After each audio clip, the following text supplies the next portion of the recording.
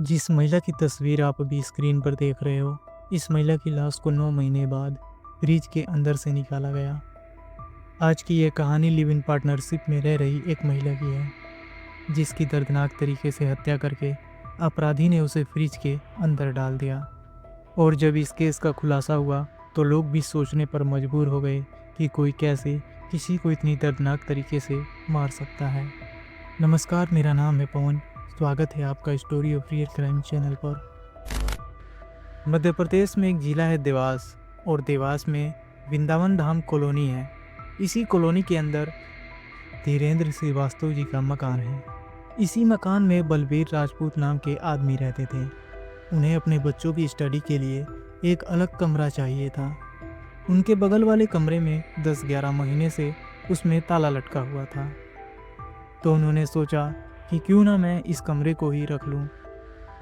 उसके बाद बलवीर जी ने मकान के मालिक धीरेन्द्र श्रीवास्तव जी से कांटेक्ट करके उस कमरे की डिमांड की, और उन्होंने वो कमरा बलवीर जी को दे दिया। बलवीर जी ने जब उस कमरे का ताला तोड़ा, तो उस कमरे की लाइट और फ्रिज ऑन था, तो उन्होंने उसे बंद कर दिया। अब इसके 2 दिन बाद 10 जनवरी 2025 को जब वो उस कमरे की सफाई कर रहे थे, तो उन्हें कहीं से बहुत ही गंदी स्मेल आ रही थी। जब उन्होंने फ्रिज के पास जाकर देखा, तो वहाँ पर खून की कुछ बूंदें टपकी हुई थी। उसके बाद पुलिस को कॉल किया जाता है। पुलिस वहाँ पर आती है, और जैसे ही उस फ्रिज को खोल कर देखती है, तो उसके अंदर एक महिला की लाश निकलती है। इस खतरनाक मंजर को देखकर सबका दिल दहल जाता है।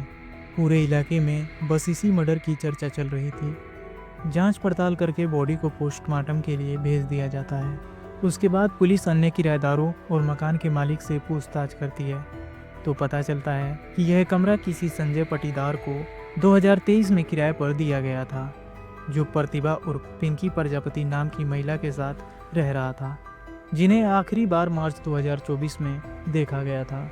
संजय ने जून 2024 में मकान खाली कर दिया, लेकिन एक कमरे में उसने कुछ सामान छोड़ दिया था, जिसमें उसने ताला लगा रखा था। मकान मालिक के कई बार कहने के बावजूद उसने सामान खाली नहीं किया, बल्कि बीच बीच में सामान देखने आता था, और कमरे का किराया भी ऑनलाइन भेजता था।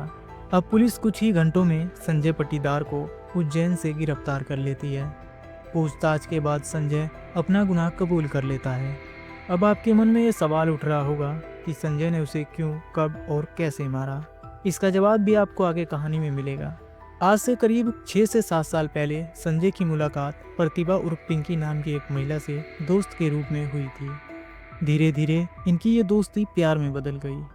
उसके बाद ये दोनों लिव इन रिलेशनशिप में रहने लगे।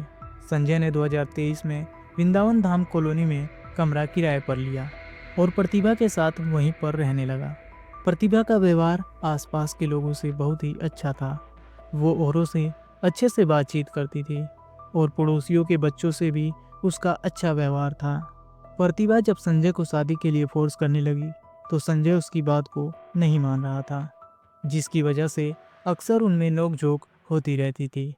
संजय पहले से ही शादीशुदा था। उसका परिवार उज्जैन में रहता था।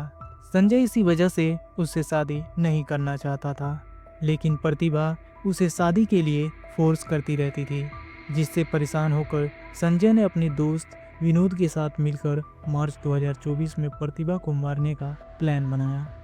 एक रात मौका देखकर संजय ने अपने दोस्त विनोद के साथ मिलकर प्रतिभा का गला दबाकर हत्या कर दी।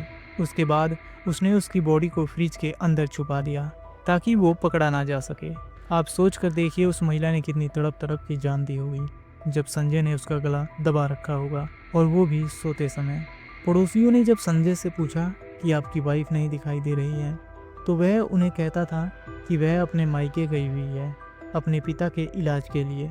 उसके बाद जून 2024 में संजय ने वहां पर रहना छोड़ दिया।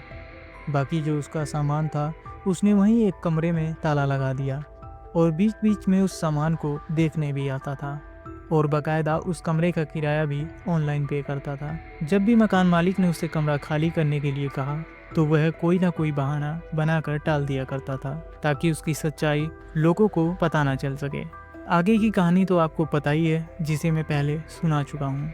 क्या प्यार के नाम पर किसी को इस कदर धोखा देना सही है या गलत? हमें कमेंट करके ज़रूर बताएं। तो ये थी आज की कहानी। मैं फिर लौटूंगा एक और नई कहानी के साथ। चैनल को सब्सक्राइब करें ताकि हम आपके लिए ऐसी सच्ची और महत्वपूर्ण कहानियाँ लाते रहें।